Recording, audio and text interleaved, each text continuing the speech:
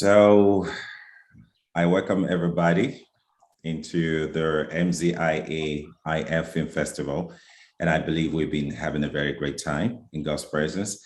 This program is loaded. I will tell you, have not missed a thing. It's like varieties of events that is just different flavors. And you get to, it's midnight.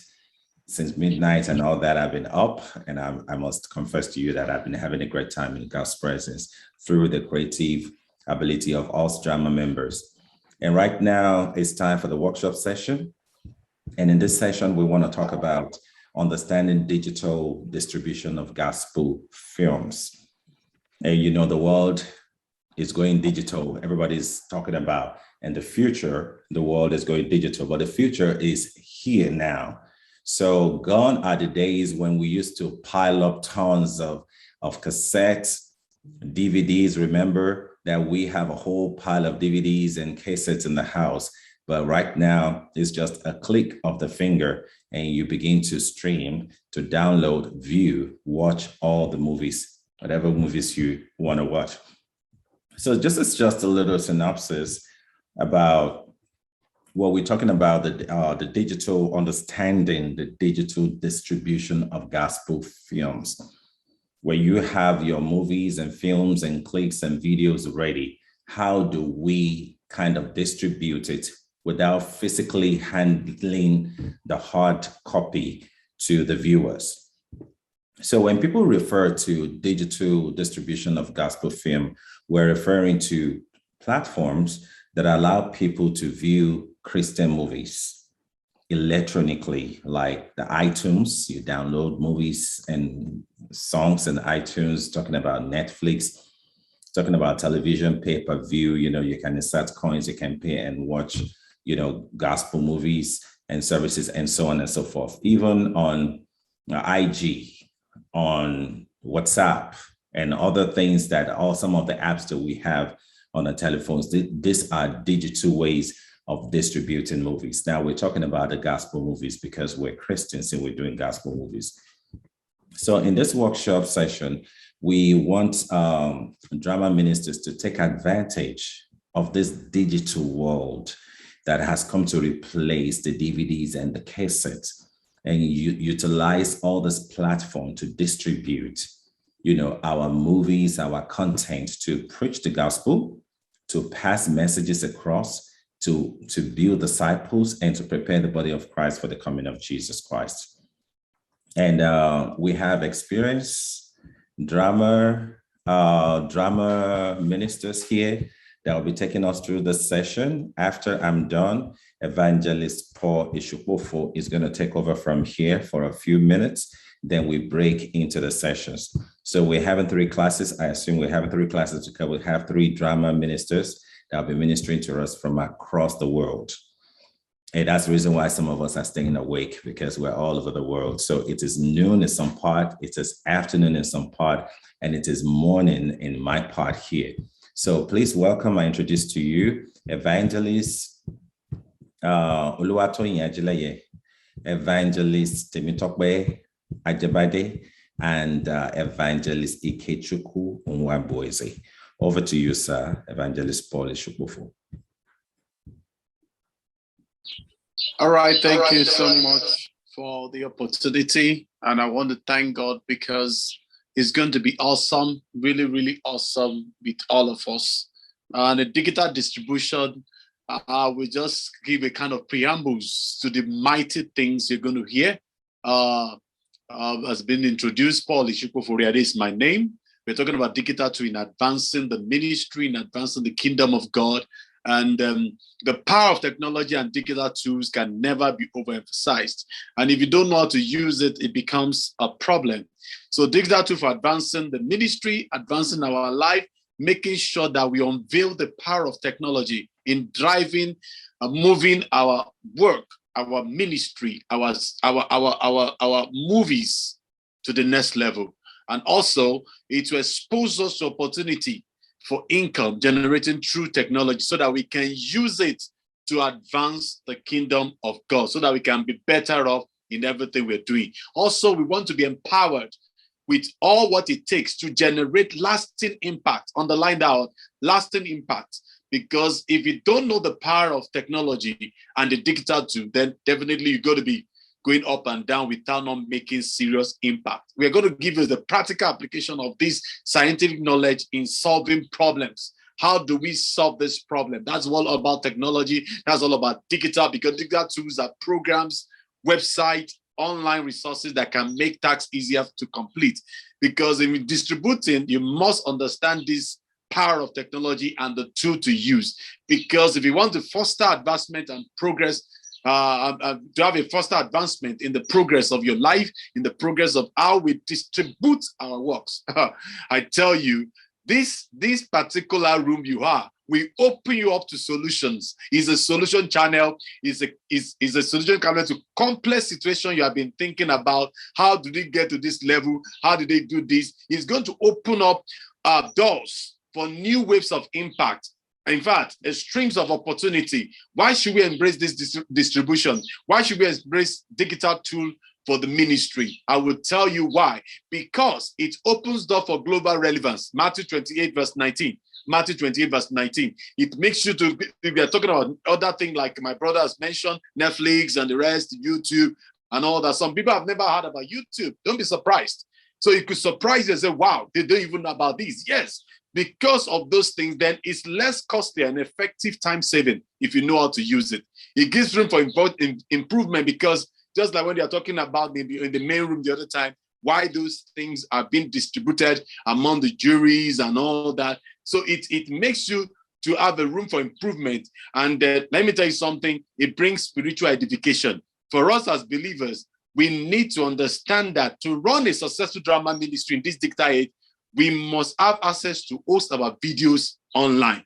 Without this, it'll be difficult for a great work and life-changing message to reach those who need to be impacted with it. How do we do it? Because a lot of things, we're going to mention GodTube, YouTube, Holoku, a lot of things that we mentioned to all of us, having internet, television platform to distribute our things, having a social media management to do a lot of things, making a solution, outbound and incoming online interaction for more efficient manner to really, really do what we need to do.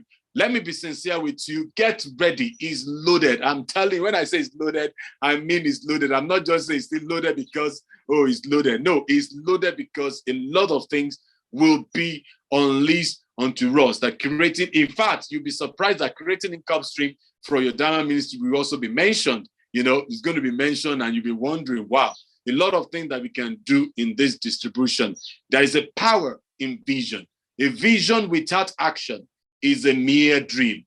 A vision with action is a goal and a sincere goal to do this. Now, we are going to be teaching you how to do it yourself. Write it, record it, design it. Make sure you contact it out or get it out, or how to get it. Okay, how do we get this thing? It will be loaded, and it is loaded. And I'm telling you, I'm rest assured with the team that we have here, you will have value for your time. I want to hand over to you. I want to appreciate you all as you are here. Welcome yourself. Just welcome yourself in the comment. We say, I welcome myself. Just type, I welcome myself, or put in a comment right now, I welcome myself, I welcome myself. And never, you're going to leverage on this information, and you're going to be the best after the whole thing. God bless you. I over to our sister Temitope. Over to you, ma. Thank you. All right, while we are waiting for our sister to get ready, just in the comments, just tell yourself, I am ready. Type, I am ready, I am ready, I'm ready, I'm ready, I'm ready, I'm ready. Okay, I'm ready, I'm ready, I'm ready. Are we good to go now? I think she's ready. Yes, tell yourself, I'm ready, I'm ready, I'm ready, I'm ready, I'm ready. A lot of revelation, a lot of ideas, a lot of things will be unleashed, will be released unto us. Okay? Mr. Temitope, are you set now? Let's go now. Let's go now. Good morning, good afternoon, good evening from wherever we are connected from. I want to welcome us to this workshop. Workshop 1, Understanding Digital Distribution of Gospel Films. For this presentation, we'll be looking at it in 4 different aspects: the past, the present, the process, and the prospects. I will be taking the first 2 parts, the past and the present, while my co-presenter will be taking the other 2 parts, the process and the prospects. So what does film distribution look like in the past, where the producer produces the movie, they burn it into VCD or DVD, and they sell it, or maybe they distribute it to using a distributor or a marketer. So let's look at what we have in the past. In the past, we have the conventional distribution model, where we have the direct, the leasing, and the profit sharing. Now, the direct is where the producer of the movie is the same person that produced it, and it will still be the same person that will go and sell it, or make sure it reach the consumers. This is the direct type.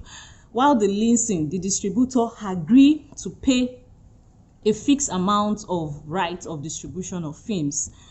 This particular model also exists. Then the profit sharing is a relationship between the distributor and the studio or the producer, where the distributor gets a percentage, maybe typically 10 to 50% of the net profits made from the movie. That is, after the producer has produced it, the distributor will get some percentage from the total profit of what was gotten from the movie. These are what we have in the past.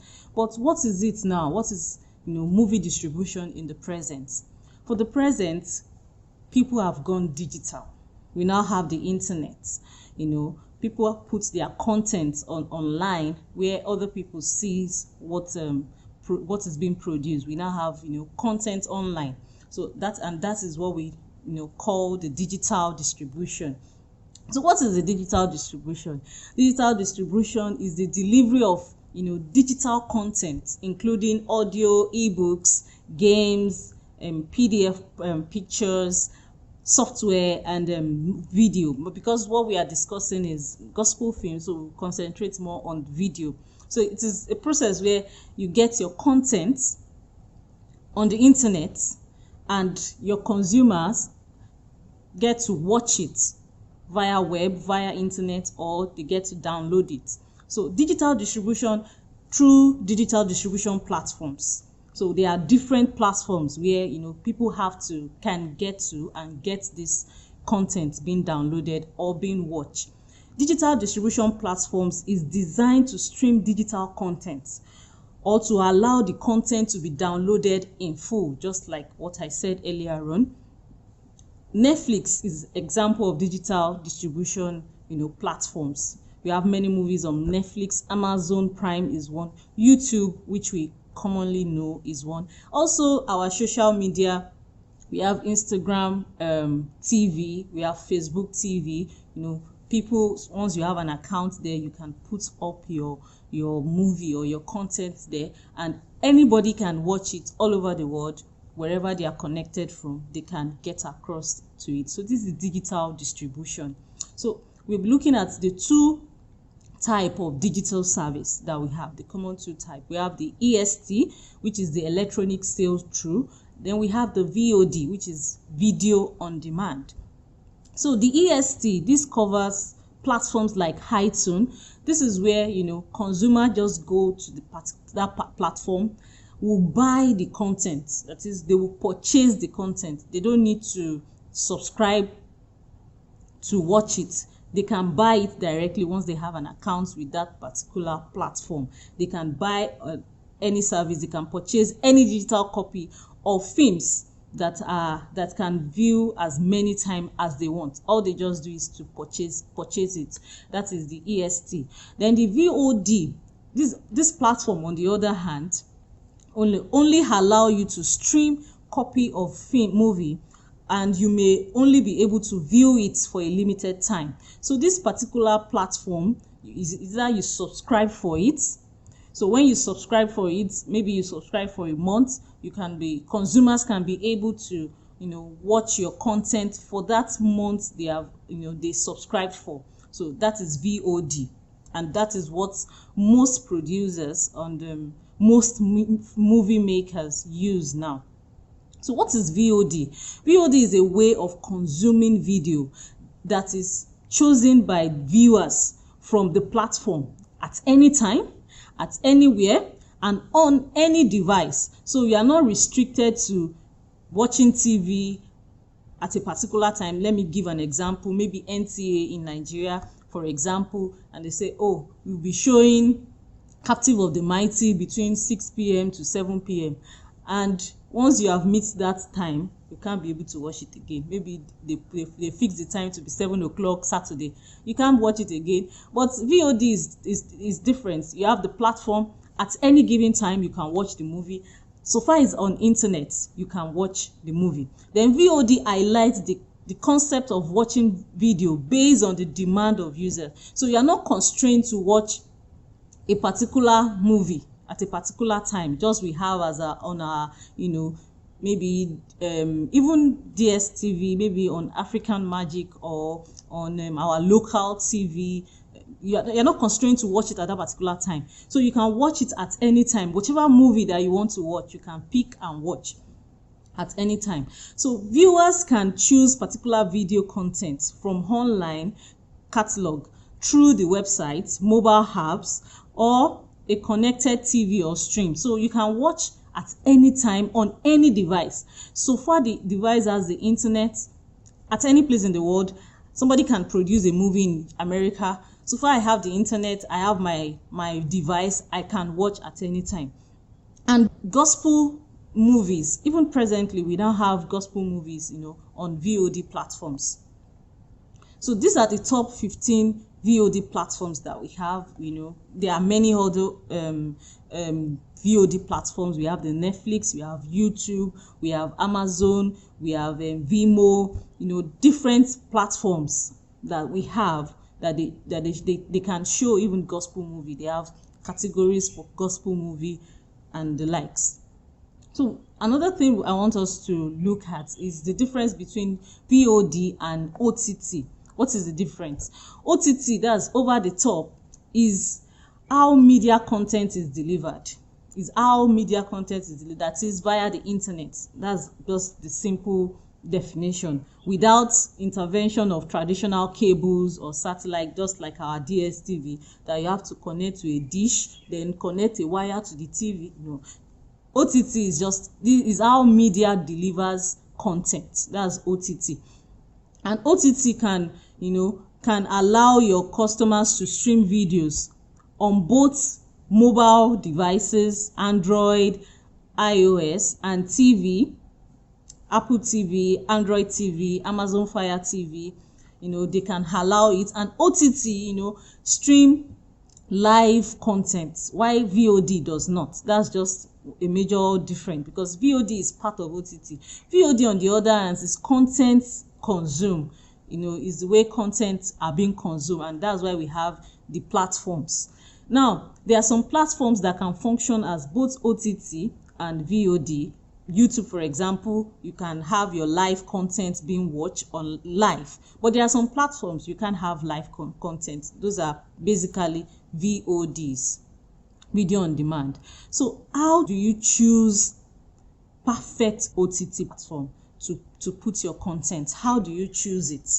You look at quality, functionality, then future assurance. That is, what's the future assurance of this platform? What's the quality of this platform? What's the functionality of this platform? These are the three categories you have to look at before choosing a particular OTT platforms. So for the quality, you look at, do they provide web platforms that you can, design? Let me take, for example, YouTube.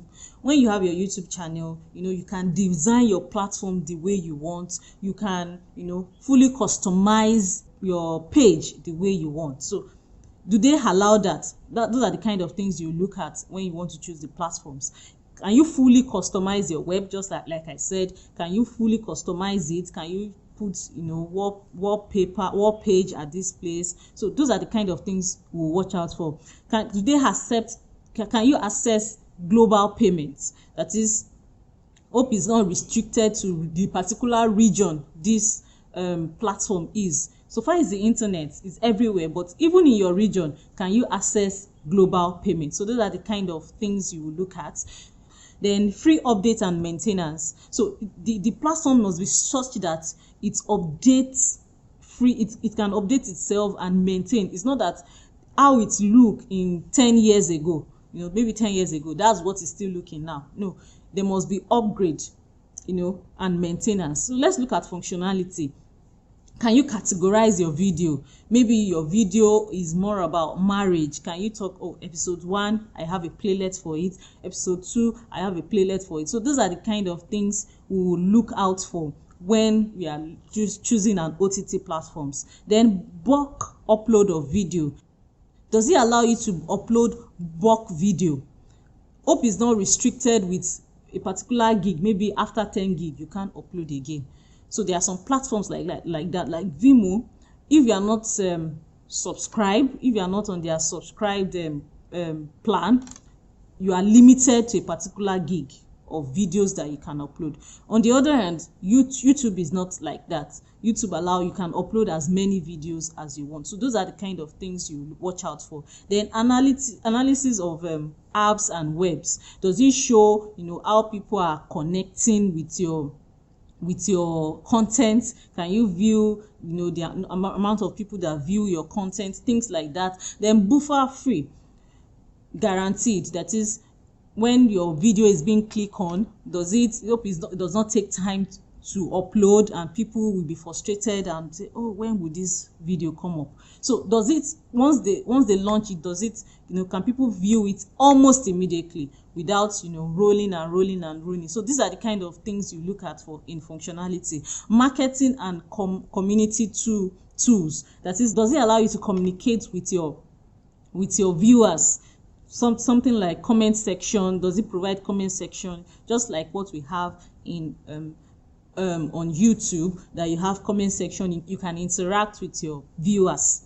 So those are the kind of things you look for in functionality. Then what's the future assurance of this platform? Hope is not a platform that is built and after 3 years or 2 years it goes down and people will not be able to see your content again. So we must look at the future assurance of these platforms. So offer customization and branding of app. Those are the kind of things you will look out for. Then support Chromecast and AirPlay. This is very important. The platform must be able to support Chromecast. Google is one of the leading search engine, such that if your content is searched on Google, it could be easily seen. So does it support Chromecast, AirPlay, and things like that? Then content protection. Does it protect your content? Hope is not a platform that once you put your content, someone else can have access to that inner.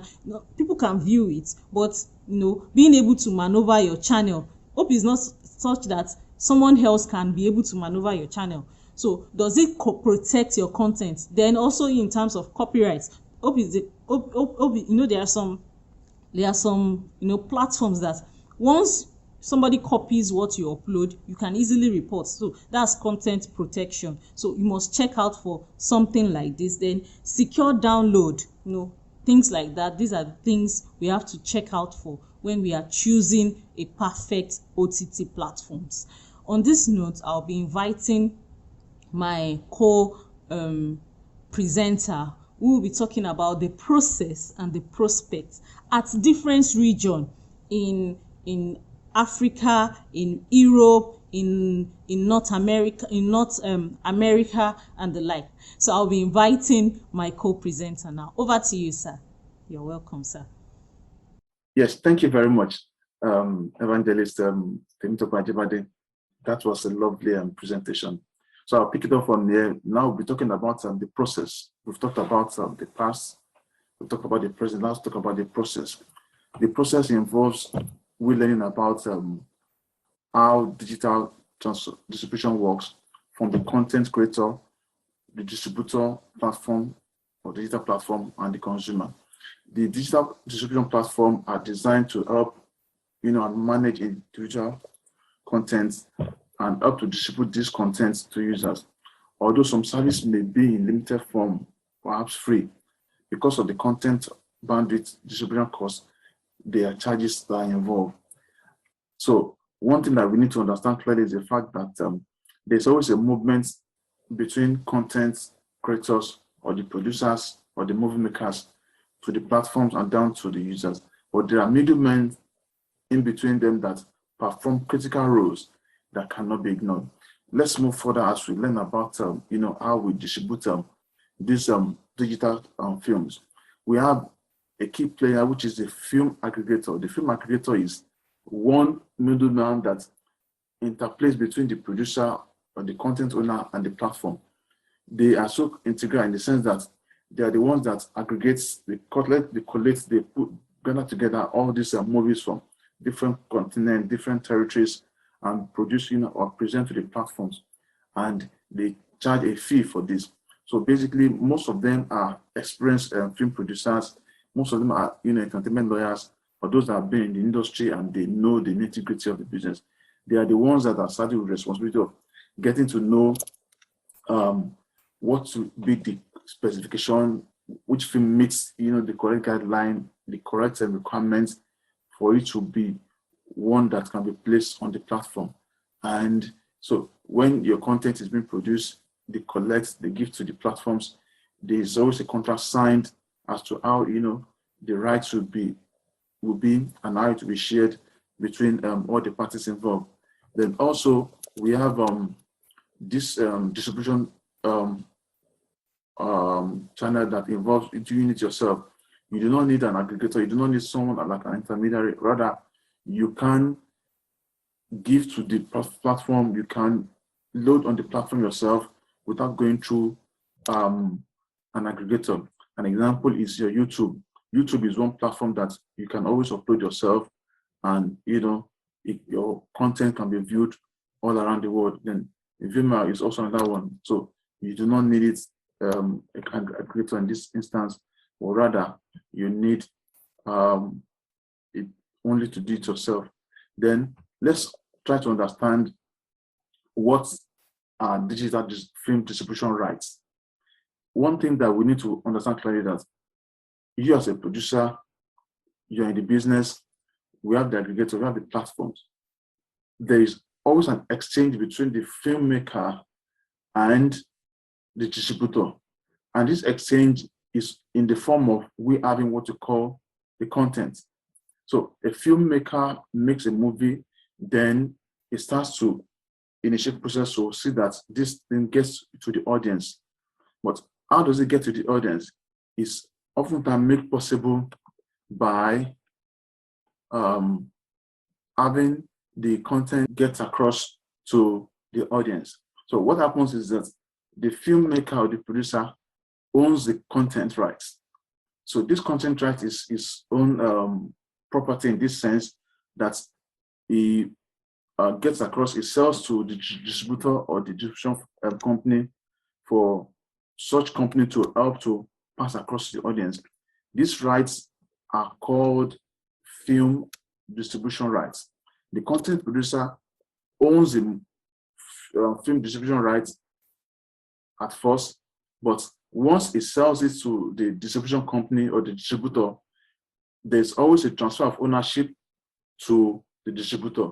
In clear times, there's always a contract drawn out that will specify the distributor where he or she can, distribute the films, maybe theater, maybe OTT platform or TV, to specify the territory that I can cover. Maybe it's only for Africa region, or it can cover, the globe. And perhaps it will also specify what is the lifespan of the rights, for how many years. Maybe it will be for 10 years, 5 years, or maybe in perpetuity.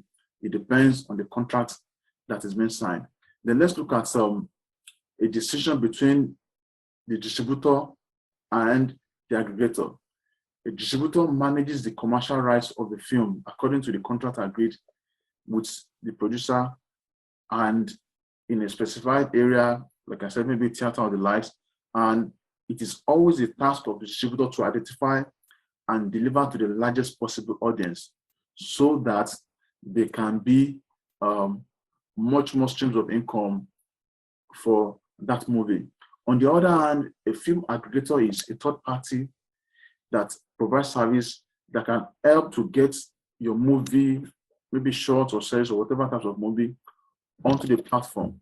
So the platforms that could include the Google Play, Sony Play Store, Netflix, Amazon, iTunes. So like I said, what we find today is a case of most of these platforms engaging the service of an aggregator. You cannot reach them directly. You need to go through an aggregator before you can place your content, or you can sell your content to the distributor. So basically, you find the aggregators charging maybe a one-time service fee, or maybe they have a cut on the back end. After they charge you, they also get a cut from also the distributor. And so they end up earning in both ways. That's what you have for an aggregator. Let's look at how do we monetize the content. Of course, your content ought to give you money. That is just the whole essence. When you produce as a producer, as a filmmaker, you should earn based on what you have produced. So we've got 3 different models that we need to look at. The ad-supported VOD. This is when you have advertisement-based digital service that allows a user to access your video or your media content for free. But there's an advertisement that comes up, that pops up when your movie or your content is being played. Example is the YouTube. Each time you see that, most times you find pop-up adverts coming up on YouTube, and the more adverts that pop up and as a audience viewing it, then the more streams of income you're able to get based on the content you uploaded. Revenue model depends on the views received based on the advert. So if you have 10 adverts, 2 adverts, or depending on the number of adverts that pop-ups on your content, then the more your streams of income. We also look at the transactional based VOD, TVOD. This is where the users are required to purchase the content.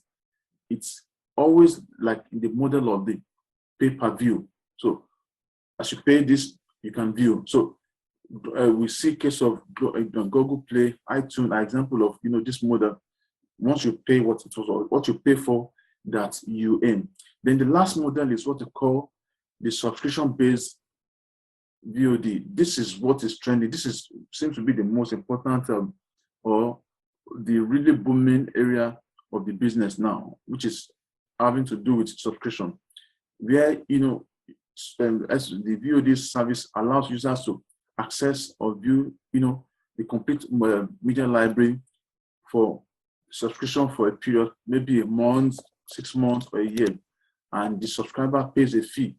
For example, maybe someone that is based in China here pays about 220 RMB to access, say, Netflix per month. So at the end of it, every day, if he pays 20 RMB per month, at the end of the year, he or she would have paid about 240 RMB to access Netflix for a year, subscribe, so that he or she can watch as many movies as possible based on this demand and preference. It allows you to watch any content on the platform if your subscription is active, unlike I mentioned, Netflix, Disney Plus, Amazon, and the like. Then, like I said, these are the 3 models that we have, and we have YouTube having the AOVD platform. You pay as you earn. You have the advert platform. Sorry, then you have the TVOD, that is for iTunes, and the rest. Netflix is you subscribe. So these are the platforms that we have, and how the model is. Then let's look at the prospects. What is the future like? What is the trend like? How is the earning like in the market? Is it a booming industry? Is it a booming environment? Is it where you can put your money, or you can invest in and you get returns? Is it where you can produce a movie as a producer and you expect to get returns? Yes, indeed. Let's look at the African market. It's a money spinner. The market is so wide, so vast, and there's so many opportunities therein that you can tap in.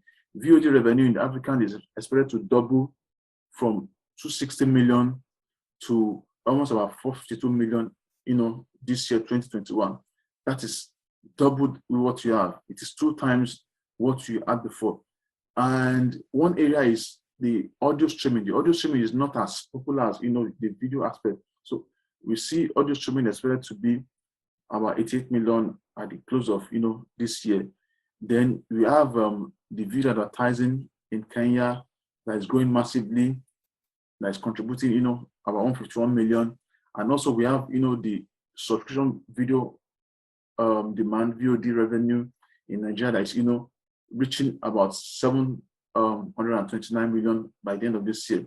It is expected that before year 2025, or even before that, the Nigerian revenue would have hit the 1 billion mark because of expansion in internet connectivity and the rest that we have. Then let's look at OTT markets in Africa. Like I said earlier, we've got the market looking at the VOD, looking at SVOD, the audio streaming, and the video advertising. You see clearly that what seems to be gaining money so much or bringing in money so much is where you have advertisements based on your options. So the market is so wide, it's so interesting, it's somewhere that you want to be. There's great prospect there as a movie producer. When you produce your content, you have platforms that you can sell it to in order to be able to earn money. But I want to look at 2 key countries while I'll be looking at this. I'll look at Nigeria, and I also look at Kenya. Nigeria, in the sense that Nigeria is a major stakeholder when it comes to producing movie. Nigeria is known to be second in the world after Nollywood in terms of Bollywood in terms of movie production. Nigeria produces an average of about 1,500 movies per year. So much that they are leading the pack. So you've got so many movie producers in Nigeria. While Kenya is, I'll call it the hub, the home of consumers. Kenyans are known to watch, movies or films so much. So what we see there in terms of the streams of income, the revenue that accrues to, movies in Kenya is magnificent, it's huge. So as a producer, if you have not gotten to Kenya, if your movie is not being shown in Kenya, then that is the next place you need to go to. So let's look at Nigeria, the subscription-based option and the advertising option that we have in Nigeria. Look at the market, so huge. Before now, it was around 631. This year, we expect to gross about 729 million. And like I said, based on projection, by year 2025, then it should hit the 1 billion mark in terms of, the subscription VOD platform that people can place their content. Then also the advertisement platform, you see that it's also growing. It's likely to double in the next, 2 years again, more than what you have now. After 2017, it was 292. This year, before the end of the day, it's expected to gross about 417 million. That is telling us clearly that what, we find many more people using this platform, the YouTube platform where you place your content and, people view, people watch, and, different, and, advertisements pops up on your content, and it helps to earn more and more revenue.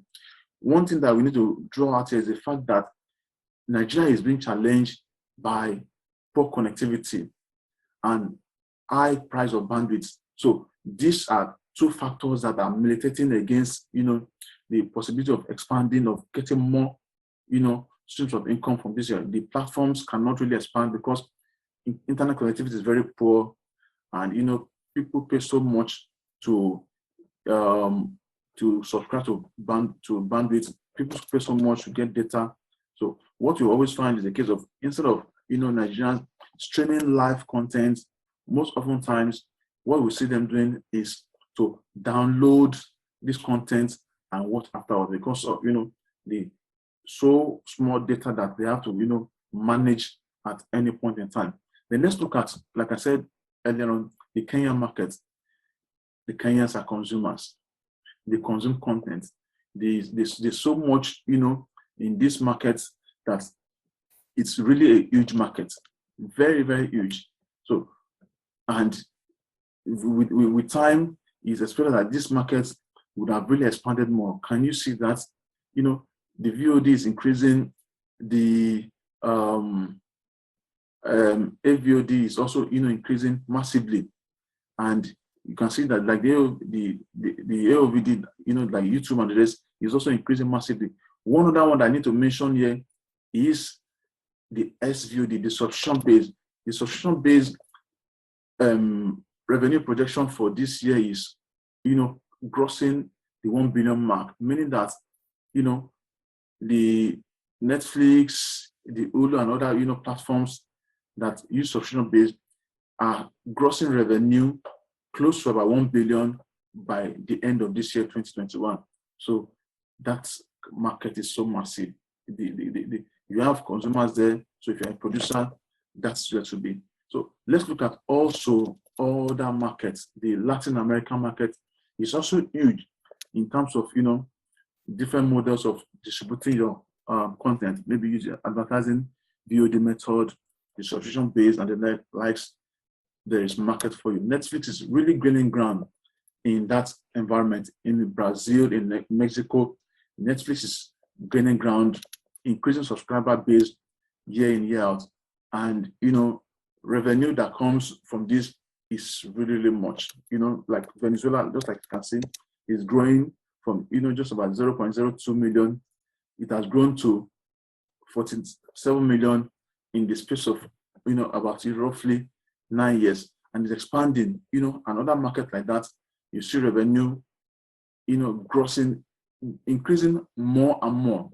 So it's another market also that, you know, you need to consider. So when it comes to digital distribution, all these markets have potentials, and, you know, they are increasing more and more. One beauty of it is the fact that wherever your content needs to be, once you can get the right content produced, you know, meet the right specification, get the right aggregator, your content can enter into all these markets and to flourish. It's being displayed there, it's being watched, and, you know, it's going viral, and you make your money. For example, the last time, you know, one of these the member of parliament in UK was talking about a movie that was shot in Nigeria, King of Boys, and, you know, he was jokingly talking about the movie, and I just like said, wow. So it means that, you know, somebody far away in UK, even a white at that matter, actually was watching you know, a content that was produced in Nigeria, meaning that he has access to Netflix or perhaps maybe Amazon, and, you know, he's having access to watch those movies. So that is how far such a movie has traveled.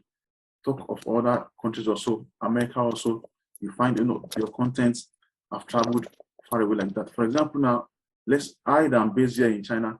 I have had calls to watch a number of Nigerian content, you know, on Netflix. Though those movies are produced in Nigeria, but because they have had access to place their content on Netflix, then it is being viewed all over the world, even here in China. So let's look at also the European market. This market is really massive. It's in the region of billions, millions, billions, and it is increasing more and more. The key benefit is the fact that this environment or this climes, internet access is wide, is very, very wide, it's everywhere. Also is the fact that the price of bandwidth is much more cheaper compared to Nigeria that I mentioned earlier, where it was prohibitive high, and so people cannot stream. But in the Europa market, bandwidth is cheaper, so you can afford to stream your content and watch a movie on the go, unlike having to download it, you know, and watch later. So huge a market where you have, you know, about 3.6 billion as, you know, revenue as at the end of 2016. As at the end of 2020, then it's almost now in the region of close to 6 billion, and it's increasing. So the market is huge, so much to tap from the market. Let's look at the Asian market. This is an environment that is being driven by population. China, India are two countries that put together the total population of both nations is about 3 billion. And for example, you know, China is contributing to about 76% of the revenue that you can find in, the VOD market in the industry. And one thing I've seen, which I can attest to, is the fact that the Chinese people, they love to stream movies, games. They just love to stream on the go. You see a Chinese driving and he's streaming movie. You see a Chinese on his bike and he's streaming movie. You see a Chinese right on the road and he's streaming movies, watching. So they stream a lot. And so they contribute so much to the revenue that you have in the region. Japan also, is increasing. South Korea is increasing. India also is expanding. India, by the end of this year, we would have hit the 1 billion mark, and more and more revenues. And perhaps even other countries also in Asia will also hit that amount also. So the market is huge, the opportunities are wide, and so much revenue that one can earn, much more than one can earn if you have your content on these platforms. So as we move further, let's look at a few things as we round up. I just said let's mention these key things so that we all can have an understanding of how this thing works. One is to understand red flags, things to watch out for, things to be cautious about, to be careful about while you place your content on the platform. Number one is bogus marketing expenses. Before you get an aggregator that will help you place your content on platforms, look at the marketing expenses involved. For example, Netflix will tell you that they will share 50-50. They get 50%, you get 50%. At the end of the day, the aggregator can tell you that I will also get 25%. So Netflix will get 50%, aggregator will get 25%. That means 75% off your deal. So you need to be careful. Look at it carefully. Any marketing expenses that is so much that can take off your money, you need to be watchful about it. Extraordinary fees also, when they give you some extraordinary fees that you see that is beyond the ordinary, you need to watch it and be careful about that. Another thing that we also need to consider is the contract distribution period. Remember, I told us that this rights or content right belongs to you, but once you give it to the distributor, it belongs to them. But it's for a lifespan, maximum 7 years. It should not go beyond that. It's not something that you give in perpetuity, but can for some period of time, for some years. After that, you get your content back and you can begin to distribute on other platforms, or even take it to the cinema and or take it to other places and show all those movies so that you can earn much money. And of course, you would have recoup your money on the platform that you place it initially for that period of 7 years. Unpopular distributors also, you should be aware of them. There are so many unpopular distributors that you need to be watchful of. Go for those ones that are known, reputable, those ones that are grossing so much revenue in the industry. Netflix, for example, it's better to be on Netflix than going for relatively smaller ones that are not known. Perhaps they can offer you maybe so looking like juicy contract, but they are not industry players. They are not leading in the industry, so you should be wary of them. One other caution that I want to mention is this, which is very important. Even if you miss any other thing, you should not miss this one. And that is that don't sign any contract without getting an entertainment lawyer. It is very, very important, because most often times the dotted lines, the T's, the I's, and everything, you need to understand them. You need to know them. You need to know the terms so that you will not just sign away all your rights or sign away everything, and at the end of the day, you end up getting nothing. For example, the word shall, S-H-A-L-L, is so critical that if you don't understand what it means in that context, if you just sign off like that, you might just end up signing off all that you have. So you need to be careful, meticulous, someone that knows the terms, someone that knows the industry to help you check your contract before putting pen to paper. Of course, any rights or contract language terms that ties you to something extraordinary, you should be wary of them. So all these are red flags that you should be careful about as a content owner before you enter into any deal with the distributor. Let's also consider this, how to sell films on Amazon. Very simple. Amazon is one platform that you can do it yourself, the DIY. you can sell to them, place on the platform. If the territory that you want to cover is less than 4 territories, then you can be a self-distributor. But where it goes beyond 4 territories, then you need an aggregator to be able to place your content on the platform. You need a major distributor in that respect. So very simple, set your price, upload your content, and be that meets the correct specification and likes and the quality, and you're good to go. Amazon will then process your video and pay you as a filmmaker 50% of your revenue. Then what about Netflix? I'm having to mention this because these are 2 prominent platforms that you should know about.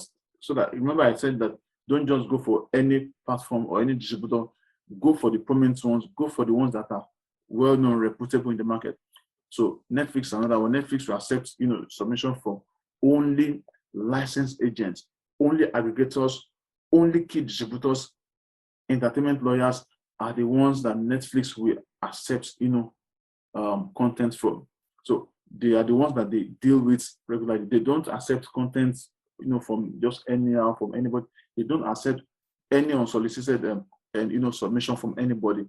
Nonetheless, we've seen instances where Netflix will be the one to come to look for you. That means they will come after you, pay a licensing fee for your content, especially where your content has been premiered, it has gone to the cinema, and it's grown so much, it has shown so much potential that it can be a revenue spinner. Then Netflix will send aggregators to you and bargain with you, and so that they can have your content on their platform. I'm sure so much more to learn, so much more to discuss, but time will not permit us. So thank you so much for your time. I'm sure we all have learned a lot. We'll look forward to having your questions. Thank you so much.